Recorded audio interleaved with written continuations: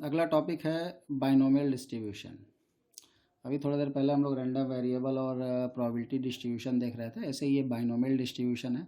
Binomial distribution क्या है क्या नहीं है, उससे पहले थोड़ा सा हम लोग कुछ बात कर लेते हैं बर्नौली ट्रायल्स की। बर्नौली ट्रायल्स को जाने बिना बाइनोमियल डिस्ट्रीब्यूशन को नहीं समझा जा सकता है। बर्नौली ट्रायल है क्या?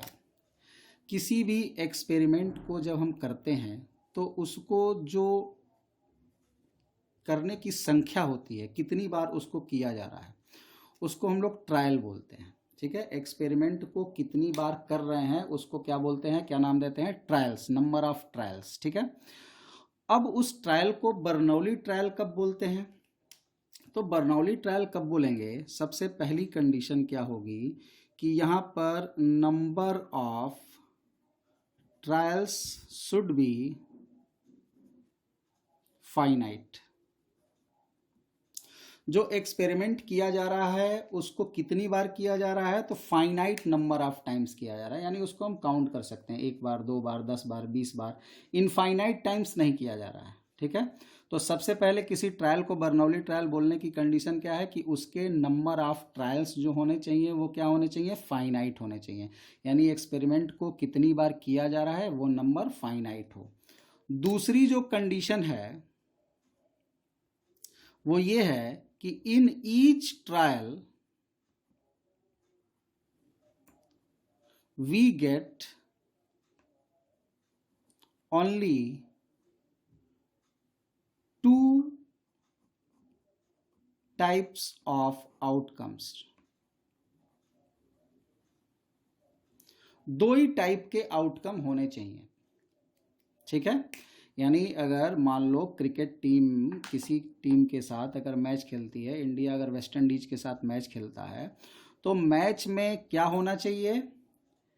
2 ही कंडीशंस होनी चाहिए, या तो जीतेगा या तो हारेगा। ठीक है, ड्रॉ वाला कॉन्सेप्ट यहां पर यूज नहीं होगा, यानी ड्रॉ वाला कॉन्सेप्ट भी अगर आ गया तो वहां पर टोटल रिजल्ट कितने हो सकते हैं? आइदर सक्सेस यानी जीत सकता है, आइदर फेल्योर यानी हार सकता है, या तो मैच ड्रॉ हो सकता है। तो यहाँ ड्रॉ वाला कॉन्सेप्ट यूज नहीं होना चाहिए। बर्नौली ट्रायल के लिए क्या है कि जो भी आप एक्सपेरिमेंट कर रहे हैं उस एक्सपेरिमेंट में केवल 2 टाइप के ही आउटकम हो सकते हैं, एक सक्सेस का और दूसरा फेल्योर का, और कोई दूसरा आउटकम उसके अंदर न हो। तीसरा जो कंडीशन है बर्नौली ट्रायल होने के लिए वो ये है, इन ईच ट्रायल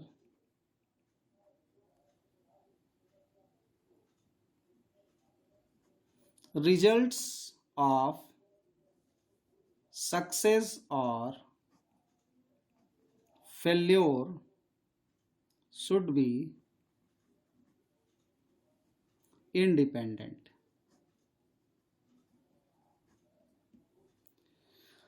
हर बार जो एक्सपेरिमेंट किया जाएगा, हर बार के एक्सपेरिमेंट में सक्सेस होना या फेल्योर होना, जो 2 पॉसिबल आउटकम थे, सक्सेस होना या फेल्योर होना, ये इंडिपेंडेंट होंगे।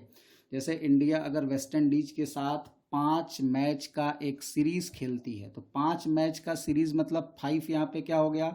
नंबर ऑफ ट्रायल हो गया। कितनी बार उस एक्सपेरिमेंट को किया जा रहा है? तो 5 बार किया जा रहा है, तो ये नंबर ऑफ ट्रायल हो गया। यहाँ पे 5 क्या है? फाइनाइट नंबर है, काउंटेबल नंबर है। तो बर्नौली ट्रायल होने की एक कंडीशन तो फुलफिल हो गई, क्या? कि इसके नंबर ऑफ ट्रायल फाइनाइट हैं। दूसरी हम बात करते हैं अब इंडिया और वेस्ट इंडीज अगर मैच खेलते हैं तो मैच में या तो जीतेगा या तो हारेगा, यानी 2 तरीके के यहाँ पे आउटकम हो गए, सक्सेस या फेल्योर। तो दूसरी कंडीशन भी यहाँ पे फुलफिल हो गई binomial Bernoulli distribution Bernoulli trial होने की। तीसरा जो कंडीशन है कि हर मैच में जीतना या हारना ये इंडिपेंडेंट होगा। मान लो फर्स्ट मैच में अगर इंडिया जीत जाती है तो क्या सेकंड मैच में भी वो जीतेगी? नहीं बोला जा सकता। क्यों? क्योंकि फर्स्ट वाला जो अकरेंस है एक्सपेरिमेंट में सक्सेस होने का, वो सेकंड वाले एक्सपेरिमेंट में सक्सेस होने या फेल्योर होने के कंडीशन को किसी तरीके से इफेक्ट नहीं करेगा, यानी कि फर्स्ट वाले का आउटकम सेकंड वाले रिजल्ट के या सेकंड वाले एक्सपेरिमेंट के आउटकम से पूरी तरह से इंडिपेंडेंट है, डिपेंड नहीं कर रहा है। यानी कि फर्स्ट टाइम अगर इंडिया जीत गई तो सेकंड टाइम भी जीतेगी, इसकी यहाँ पर कोई पॉसिबिलिटी फिक्स नहीं है। फर्स्ट वाले में जितना चांस जीतने हारने का था, सेकंड वाले में भी उतना ही चांस जीतने हारने का होगा, थर्ड वाले में भी उतना ही चांस जीतने हारने का होगा, फोर्थ वाले में भी उतना ही चांस जीतने हारने का होगा। तो यहाँ पर क्या मतलब हुआ कि हर ट्रायल में, हर बार किए गए एक्सपेरिमेंट में जो रिजल्ट होंगे सक्सेस और फेल्योर के, वो उसके पहले या उसके बाद वाले ट्रायल से पूरी तरह से इंडिपेंडेंट होंगे। यानी कि यहाँ पर ये जो मैच वाली हमने बात की, ये यहाँ बर्नौली ट्रायल के इन 3 कंडीशन को क्या कर रहा है, फुलफिल कर रहा है। ठीक है, अब इसका चौथा जो पॉइंट है उस पर ध्यान देते हैं। टोटल 4 यहाँ पे केसेस होंगे। चौथा पॉइंट ये है कि the probability of success and failure in each trials are same। ये टोटल 4 पॉइंट्स हैं। अगर किसी भी एक्सपेरिमेंट का ट्रायल इन चारों को सेटिस्फाई कर रहा है, ठीक है, तो हम लोग ऐसे ट्रायल को क्या बोलते हैं, बर्नौली ट्रायल बोलते हैं।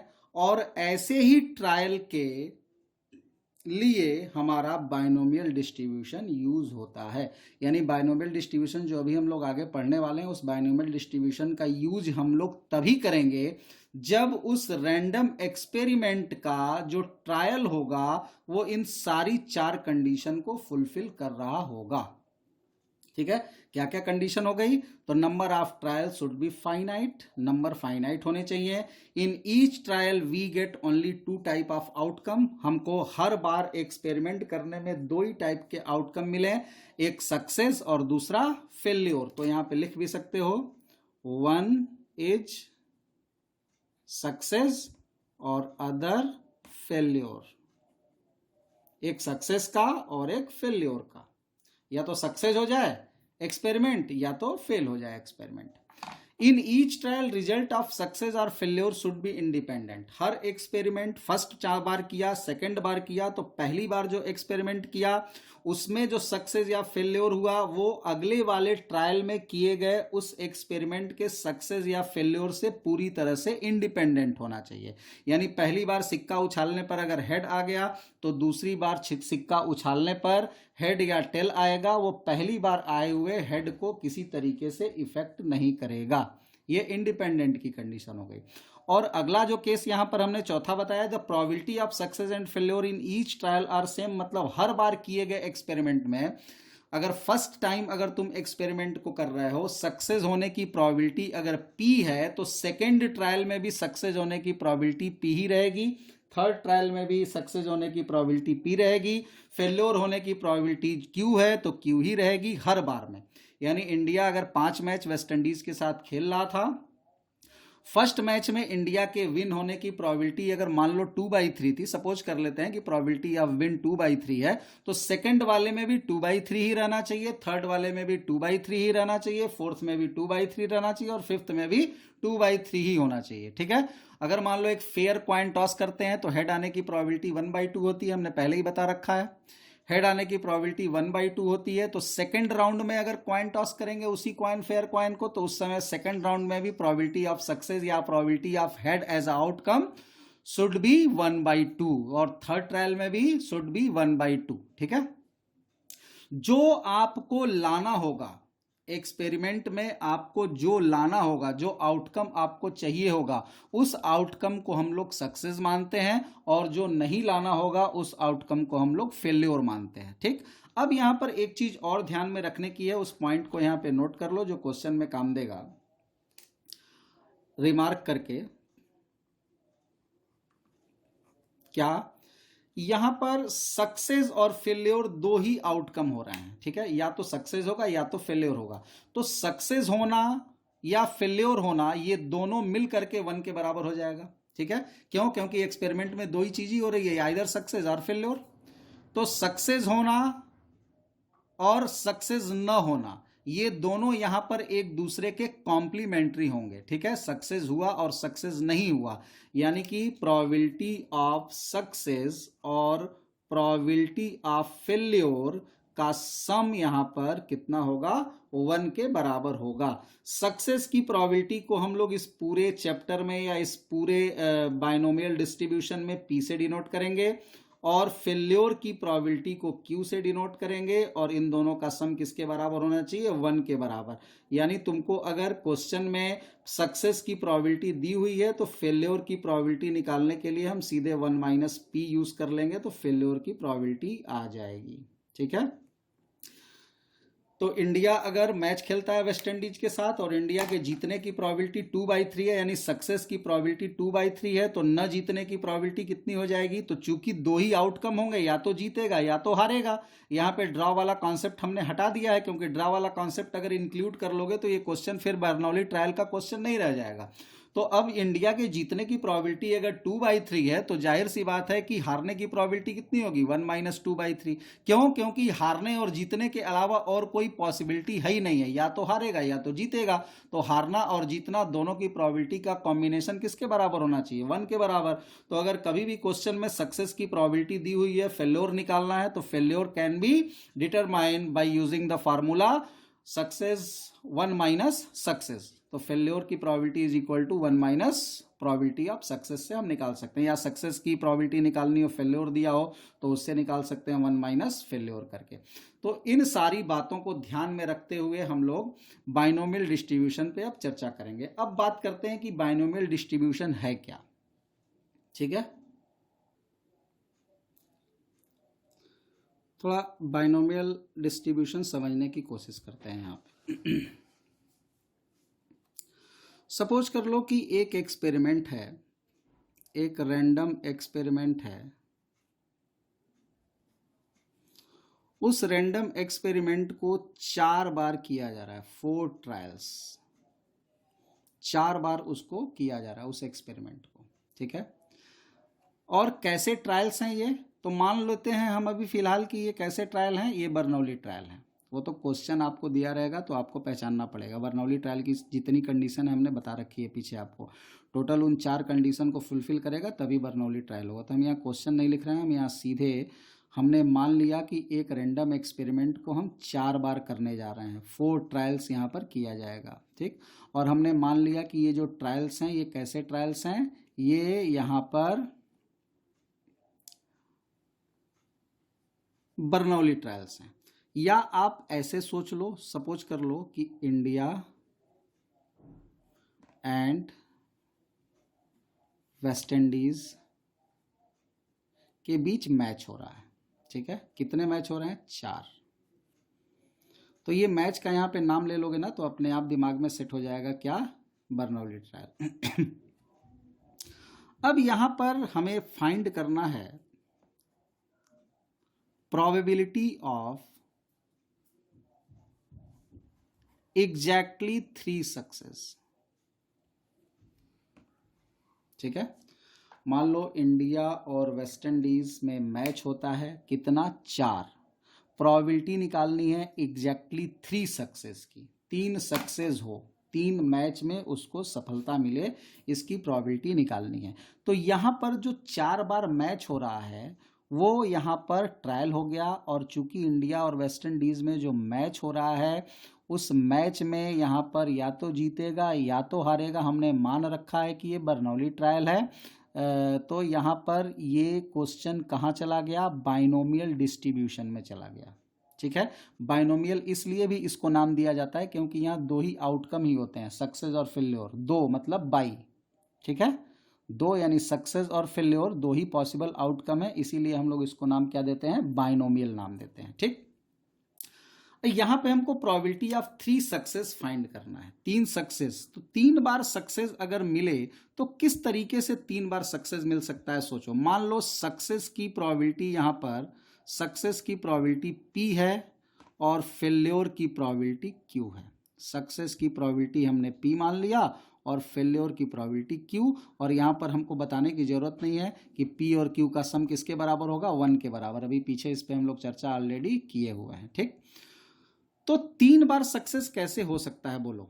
सक्सेस सक्सेस सक्सेस फेल्योर हो सकता है कि जो 4 मैच हो, शुरू का 3 मैच इंडिया जीते और चौथा वाला हार जाए। हो सकता है कि सक्सेस फेल्योर और सक्सेस, शुरू का 2 मैच जीते फिर हार जाए और फिर जीत जाए। ऐसे भी हो सकता है कि पहला जीत जाए दूसरा हार जाए और फिर बाकी दोनों जीत जाए। हो सकता है कि पहला वाला हार जाए और बाकी तीनों जीत जाए। तो इतने तरीके से यहां पर हमको सक्सेस मिल सकता है, 3 सक्सेस। ठीक है, 3 सक्सेस कितने तरीके से मिल सकता है? इस 4 तरीके से हमको 3 सक्सेस मिल सकता है। Either first 3 win, last lose, और first 2 win, third lose and last 4 win. इसी तरीके से फर्स्ट विन, सेकेंड लूज और थर्ड और फोर्थ फिर से विन, फर्स्ट वाला लूज, सेकेंड थर्ड फोर्थ फिर से विन। तो इसमें हमको क्या मिल जाएगा? टोटल 3 सक्सेस के केसेस फाइंड हो जाएंगे। ठीक है, एक केस ये होगा, या तो ऐसे जीत सकता है, या तो ऐसे जीत सकता है, या तो ऐसे जीत सकता है। ठीक, अब यहां पर अगर सक्सेस की प्रोबेबिलिटी पी है, हमने आपको पहले भी बता रखा है, याद रखो कि 2 इवेंट्स के बीच में अगर सपोज कर लो इनटू है, मतलब इंटरसेक्शन की बात हो रही है, और हमने बता दिया यहाँ पर कि मैच जो हो रहा है ये इंडिपेंडेंट इवेंट है। पहला वाला जीता तो दूसरा जीतेगा या हारेगा, तीसरा जीतेगा या हारेगा, चौथा जीतेगा या हारेगा। ये इंडिपेंडेंट है। इंडिपेंडेंट का मतलब सबका सीधे सीधे यहाँ पर मल्टीप्लाई हो जाएगा। ठीक, तो यहाँ पर इसकी प्रोबेबिलिटी क्या होगी, इसकी प्रोबेबिलिटी क्या होगी, इसकी प्रोबेबिलिटी क्या होगी, इसकी प्रोबेबिलिटी क्या होगी, सबको जोड़ देंगे क्योंकि केसेस बनेंगे, या तो ये होगा, या तो ये होगा, या तो ये, और में ऐड होता है। तो यहां पर जो प्रोबेबिलिटी ऑफ एग्जैक्टली 3 सक्सेस होगा वो किसके बराबर होगा? Probability of success success success failure, या probability of success success failure success, या probability of success failure success success, या probability of failure success success success. और आपस में ये प्रोबेबिलिटी इंडिपेंडेंट है, अभी हमने शुरू में बता दिया है। तो ये इंडिपेंडेंट है तो सबका मल्टीप्लाई, अब इस सबको मल्टीप्लाई करोगे तो ये क्या हो जाएगा? Probability of success into probability of success into probability of success into probability of failure. अब प्रोबेबिलिटी ऑफ सक्सेस की वैल्यू हमने ऊपर बता रखी है पी, तो ये कितना हो जाएगा? P into P into P into Q plus P P Q P plus P Q P P plus Q P P P. तो यहाँ पर हम इसको लिख सकते हैं कितना? ये पी क्यूब इंटू क्यू लिखा हुआ है, ये भी पी क्यूब इंटू क्यू लिखा हुआ है, ये भी पी क्यूब इंटू क्यू लिखा हुआ है, और ये भी पी क्यूब इंटू क्यू लिखा हुआ है। तो ये किसके बराबर हो जाएगा? 4 times P cube into Q. ठीक है, अब यहाँ पर हुआ क्या एग्जैक्ट ये देखो। यहाँ तो मान लो 3 की बात हो रही थी तो तुमने सेट करके देख लिया। ऐसे ही मान लो कि अगर 50 ट्रायल होते या 100 ट्रायल होते, जेईई एडवांस में 100 ट्रायल तक के क्वेश्चंस पूछे गए हैं। 100 ट्रायल होता और 100 ट्रायल में मान लो बोल देता कि 51 ट्रायल में सक्सेस मिल रहा है, तब तुम इस तरीके से यहाँ टेबल बना के देख सकते थे क्या कि 100 बार में 50 बार कैसे हो सकता है। तो शुरू वाला 50 जीता, बाकी 50 हार गया, या शुरू वाला 49 जीता फिर हारा, और फिर एक जीता और फिर बाकी सब हार गया। तो इस तरीके से, तो इस तरीके का टेबल बनाने में बहुत प्रॉब्लम हो जाती। तो यहाँ पर ये जो वैल्यू आ रही है 4, ये कैसे आई? यहाँ ये जो 4 हमने स्टेप बना लिए, ये कैसे लिख सकते हैं डायरेक्टली? तो इसके लिए हम लोग फार्मूला यूज कर लेते हैं 4c3 p cube Q. 4c3 मतलब 4 में से 3, टोटल 4 प्लेस हैं, 4 प्लेस मान लो, टोटल 4 प्लेस हैं। ठीक है, टोटल 100 प्लेस हैं और उसमें 50 प्लेस पर सक्सेस लिखना है, यानी 100 में से 50 प्लेस सेलेक्ट करके और उस पर एस एस एस लिख देंगे। अब 100 में से 50 प्लेस कैसे सेलेक्ट कर सकते हैं? तो सिलेक्शन के लिए 100C50। ऐसे ही यहाँ पर टोटल 4 प्लेस थे, टोटल यहाँ पे क्या थे? 4 place, first place, second place, third place और फोर्थ प्लेस, मतलब 4 मैच हो रहे थे। तो अब इस 4 मैच में क्या करना है तुमको? 3 जगह सक्सेस लिखना है और 1 जगह एफ लिखना है। तो 3 जगह सक्सेस लिखना है तो इस 4 प्लेस में से 3 प्लेस सेलेक्ट करके एस लिख देंगे और 1 जगह एफ लिख देंगे। तो उसको कैसे सेलेक्ट करेंगे? 4C3 से। इसी तरीके से मान लो अगर बोला जाता कि एक एक्सपेरिमेंट है, अब यहां फार्मूला बनाने जा रहे हैं, उसको जरा ध्यान से देखो, समझने की कोशिश करो सीधे सीधे इसको। मान लो कि एक एक्सपेरिमेंट है, if in a random experiment, एक रैंडम एक्सपेरिमेंट है, there are N Bernoulli trials, N Bernoulli trials हैं। बर्नौली ट्रायल क्वेश्चन में लिखा नहीं रहेगा, आपको उसके क्वेश्चन के एक्सपेरिमेंट को पढ़ के देखना पड़ेगा कि वो एक्सपेरिमेंट पीछे बर्नौली ट्रायल वाले सारे कंडीशन को फुलफिल कर रहा है कि नहीं। यहाँ पे हमने लिख दिया है फिलहाल। तो अगर एक रैंडम एक्सपेरिमेंट है, उसके टोटल एन बर्नौली ट्रायल हैं, ठीक है, and if P probability of success है, क्यू प्रोबेबिलिटी ऑफ फेल्योर है, तो probability of exactly R success किसके बराबर होगा। अब ये पीछे वाला जो अभी हमने टॉपिक देखा था या एग्जाम्पल से समझाने की कोशिश की थी, इसको जरा ध्यान से देखो।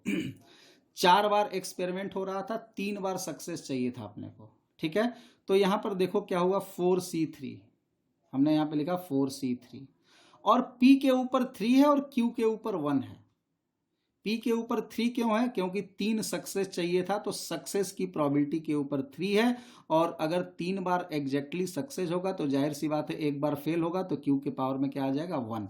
इसी तरीके से यहाँ पे फार्मूला बन जाएगा क्या, एग्जैक्टली R सक्सेस के लिए टोटल N है NCR, वहाँ 4 ट्रायल था और 3 सक्सेस चाहिए था, यहाँ N ट्रायल है और R सक्सेस चाहिए, तो क्या लिख देंगे, NCR। R सक्सेस है तो सक्सेस की प्रोबेबिलिटी के ऊपर R लिख देंगे, और अगर N में R सक्सेस मिल गया तो फेल कितनी बार होगा, N माइनस R बार, तो Q का पावर N माइनस R लिख दिया जाएगा। ये फार्मूला हो जाता है किसका, एग्जैक्टली R सक्सेस का। किसी एक्सपेरिमेंट को अगर हम N टाइम कर रहे हैं तो एग्जैक्टली R सक्सेस के लिए जो फार्मूला यूज होगा वो ये फार्मूला यूज होगा, लेकिन ये फार्मूला कब यूज होगा, अगर वो एक्सपेरिमेंट बर्नौली ट्रायल के थ्रू हो रहा होगा तब ऐसा होगा, ठीक है। अब इसमें अगर मान लो बोल दिया जाता प्रोबेबिलिटी एटलीस्ट R सक्सेस, कम से कम R सक्सेस मिले, क्या मतलब हुआ, इसको जरा सोचो। कम से कम R सक्सेस मिलने का मतलब यह हुआ कि मान लो बोला जाए कि इंडिया और वेस्ट इंडीज के जो 4 मैच हो रहे थे उसमें कम से कम 3 बार इंडिया जीत जाए। तो कम से कम 3 बार जीतने का मतलब क्या हुआ कि 3 बार जीते या 4 बार जीत जाए, कम से कम, एटलीस्ट यानी कि एटमोस्ट बाउंडेड नहीं है, ठीक है। एटलीस्ट 3 मतलब 3 भी जीत सकता है और 4 भी जीत सकता है। एग्जैक्टली 3 मतलब केवल 3 ही जीतना है। एटमोस्ट 3 मतलब अधिक से अधिक 3 जीत सकता है, मतलब 4 हार सकता है या 1 जीत सकता है या 2 जीत सकता है या 3 जीत सकता है। एटमोस्ट में 3 मैक्सिमम होगा, एटलिस्ट में 3 मिनिमम होगा। तो यहां पर R सक्सेस की अगर बात कर दी जाए तो R सक्सेस का मतलब क्या हुआ कि यहां पर probability of x is equal to 0, ये लेंगे क्या, कम से कम R सक्सेस होना चाहिए, तो R से स्टार्ट होगा, प्रोबेबिलिटी x बराबर R, x हम यहां मान लेते हैं विन होने की प्रोबेबिलिटी, ठीक है, या सक्सेस की प्रोबेबिलिटी, तो R बार सक्सेस मिले या R+1 बार सक्सेस मिले या R+2 बार सक्सेस मिले, या ऐसे ही सारा का सारा सक्सेस ही मिल जाए, ठीक है। ऐसे समझो फिर से एक बार इसको, एटलीस्ट R सक्सेस का क्या मतलब हुआ, एटलीस्ट R सक्सेस का मतलब हुआ कि कम से कम R सक्सेस, कम से कम R सक्सेस यानी R सक्सेस हो। एटलीस्ट R का क्या मतलब है, देखो एटलीस्ट के जो भी क्वेश्चन होते हैं उनको एग्जैक्ट में कन्वर्ट कर लिया जाता है। कैसे एग्जैक्ट में कन्वर्ट करेंगे, एटलीस्ट R सक्सेस का मतलब हो गया probability R success plus probability R+1 success plus probability R+2 success और प्लस इसी तरह से प्रोबेबिलिटी N सक्सेस, सब में सक्सेस मिल जाए। कभी भी एटलिस्ट और एटमोस्ट के अगर क्वेश्चन आते हैं, चाहे वो प्रोबेबिलिटी में आए चाहे परमुटेशन कॉम्बिनेशन के चैप्टर में आए, हमेशा ये कोशिश करना चाहिए कि उनको कन्वर्ट कर लिया जाए किसमें, एग्जैक्टली में। किसमें, एग्जैक्टली में। तो एटलीस्ट आर का मतलब कम से कम आर। कम से कम आर कैसे हो सकता है, या तो आर हो या R+1 हो या R+2 हो या R+3 हो, एग्जैक्ट में कन्वर्ट हो गया। अब आर सक्सेस के लिए फार्मूला क्या होता है, आर सक्सेस के लिए फार्मूला होता है NCR P का पावर R Q का पावर N-R। R+1 सक्सेस के लिए क्या होगा, तो N ट्रायल है, उसमें R+1 बार सक्सेस मिले तो P का पावर R+1 रखेंगे और Q का पावर क्या हो जाएगा, N-R-1, R+1 घटा देंगे। फिर यहाँ पे प्लस NCR+2 और P का पावर R+2 और Q का power N-R-2 and so on, ऐसे ही ये चलता चला जाएगा N तक। और इसी को सिंपलेस्ट फॉर्म में हम लोग क्या लिखते हैं, फार्मूला जो याद रखने का है एटलीस्ट आर के लिए, समेसन, ठीक है, K बराबर R/N NCK P to the power K Q to the power N-K। इसी को हमने यहां समेसन फॉर्मेट में कन्वर्ट कर दिया। ये फार्मूला किसका होता है, P एटलीस्ट आर सक्सेस, ठीक है। ऐसे ही एटमोस्ट आर सक्सेस के लिए हम लोग जो फार्मूला यूज करते हैं, एटमोस्ट, एटमोस्ट का मतलब अधिक से अधिक आर, तो एटमोस्ट वाले में क्या होगा, probability at most R success. At most R success का मतलब अधिक से अधिक आर सक्सेस, मतलब क्या इसको एग्जैक्ट में कन्वर्ट करो, ठीक है। किसी आदमी के जेब में अधिक से अधिक 10 रुपए हैं, अधिक से अधिक 10 रुपए हैं, मतलब हो सकता है 0, 1, 2, 3, 4, 5, 6, 7, 8, 9, 10 हो। अब कम से कम 10 रुपए हैं, मतलब 10 तो है ही है, उससे ज़्यादा कुछ भी हो सकता है। तो एटमोस्ट में कहाँ से शुरू होता है, एटमोस्ट आर सक्सेस, मतलब 0 सक्सेस या 1 सक्सेस या 2 सक्सेस, इसी तरीके से या एटमोस्ट आर सक्सेस, मतलब आर सक्सेस, आर तो हो ही सकता है। तो अब इसका फार्मूला यहाँ पे 0 सक्सेस के लिए लिखोगे तो formula NC0 P to the power 0 Q to the power N हो जाएगा, plus NC1 P to the power 1 Q to the power N-1 हो जाएगा। और इसी तरह से यहाँ R के लिए NCR P to the power R और Q to the power N-R। तो इसके लिए फार्मूला बनता है, एटमोस्ट के लिए फार्मूला जो बनता जा रहा है वो याद करके रखो, एटमोस्ट आर सक्सेस के लिए फार्मूला बन गया समेसन, इसी को समेसन कर रहे हैं, K बराबर 0 से R, ये 0 से लेके R तक जाते हैं, NCK, ठीक है, P to the power K और Q to the power N-K। ये एटमोस्ट आर सक्सेस के लिए फार्मूला हो गया, ठीक है। अब एक एग्जांपल इस पे देख लो,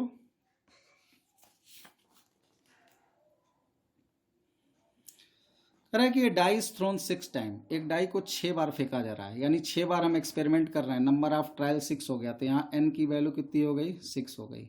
if getting an odd number, ठीक है, is a success, odd number मिलना सक्सेस है, what is the probability of 5 success, odd number मिलना सक्सेस है।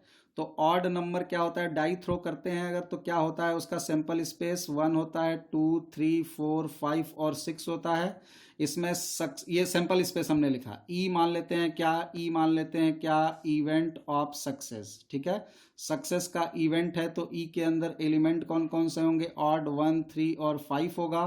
तो यहाँ पर प्रोबेबिलिटी ऑफ सक्सेस क्या हो जाएगा, प्रोबेबिलिटी ऑफ ई हो जाएगा, प्रोबेबिलिटी ऑफ सक्सेस मतलब ई की प्रोबेबिलिटी, तो 3 एलिमेंट इसमें हो गए और टोटल 6 हैं, तो मतलब कितना आ गया, 1/2, ठीक है। तो सक्सेस की प्रोबेबिलिटी यहाँ पर P से डिनोट करते हैं, 1/2 हो गई। तो Q की वैल्यू कितनी हो जाएगी, हमने बता रखा है 1 - P, मतलब 1 - 1/2, मतलब वैल्यू 1/2 आ गई, ठीक। तो N आ गया, P आ गया और Q आ गया। अब यहाँ पे क्वेश्चन में क्या कह रहा है, क्वेश्चन में कह रहा है कि तुमने 6 बार एक्सपेरिमेंट किया है और 5 सक्सेस चाहिए तुमको। तो यहाँ पर अगर सोल्यूशन इसका लिखोगे तो क्या लिखोगे, प्रोबेबिलिटी ऑफ 5 सक्सेस, 5 सक्सेस के लिए प्रोबेबिलिटी क्या हो जाएगी 6C5 P to the power 5, success 5 चाहिए तो सक्सेस के ऊपर 5 लिखेंगे, और Q अगर 5 बार सक्सेस मिल गया 6 बार में तो एक बार फेल होगा, 1 हो गया। तो क्या फार्मूला हो गया 6C5 और P की वैल्यू है 1/2, 1/2 का पावर 5 और Q की वैल्यू भी है 1/2, 1/2 का 1। तो हम इसको क्या लिख सकते हैं 6C5 1/2 टू दी पावर 6, ये आंसर हो जाएगा। और सिंप्लीफाई कर लेंगे तो ठीक। दूसरा इसका जो क्वेश्चन है वो क्या कर रहा है एटलीस्ट 5 सक्सेस, कम से कम 5 सक्सेस, तो प्रोबेबिलिटी एटलीस्ट 5 सक्सेस, कम से कम 5 सक्सेस चाहिए। तो कम से कम 5 सक्सेस का मतलब क्या हुआ, टोटल कर कितनी बार रहे हैं एक्सपेरिमेंट 6 बार, एक्सपेरिमेंट कितनी बार हो रहा है 6 बार, और हमको सक्सेस कितनी बार चाहिए कम से कम 5 बार, मतलब x बराबर 5 प्लस प्रोबेबिलिटी x बराबर 6, मतलब हमको 5 बार भी सक्सेस चाहिए 6 बार भी सक्सेस चाहिए। कम से कम 5 का मतलब 5 और 6 दोनों होगा, 5 बार भी हो सकता है 6 बार भी, 7 तो हो नहीं सकता क्योंकि 6 बार एक्सपेरिमेंट कर रहे हैं।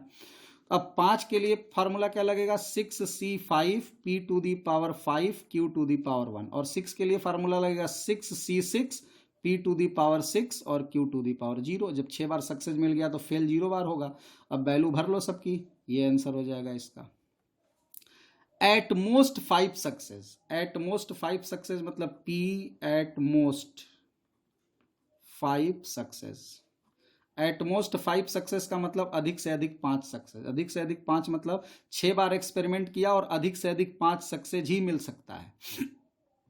तो ऐसे क्वेश्चन को करने का एक तो तरीका यह है कि तो तुम x बराबर 0 लो, मतलब एक भी सक्सेस नहीं मिला, या 1 सक्सेस मिला, या 2 सक्सेस मिला, या 3 सक्सेस मिला, या 4 सक्सेस मिला, या 5 सक्सेस मिला। या तो तुम ये कर सकते हो 1 माइनस प्रोबेबिलिटी x बराबर 6, ठीक है। टोटल 1 है, यहां पर हमने बता रखा है पहले भी कि प्रोबेबिलिटी डिस्ट्रीब्यूशन का सम 1 आता है, वो चाहे रैंडम वेरिएबल का हो बाइनोमियल डिस्ट्रीब्यूशन का हो, दोनों जगह प्रोबेबिलिटी का सम 1 आएगा।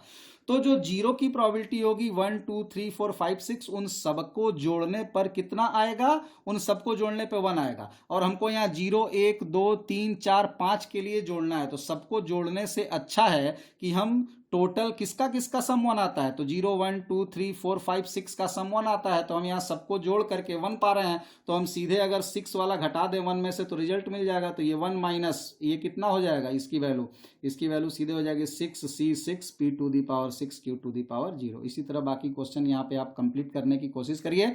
अगले वीडियो में इस सारे क्वेश्चंस को फिर से कराया जाएगा, तब तक आप करके कोशिश करिए क्या समझें।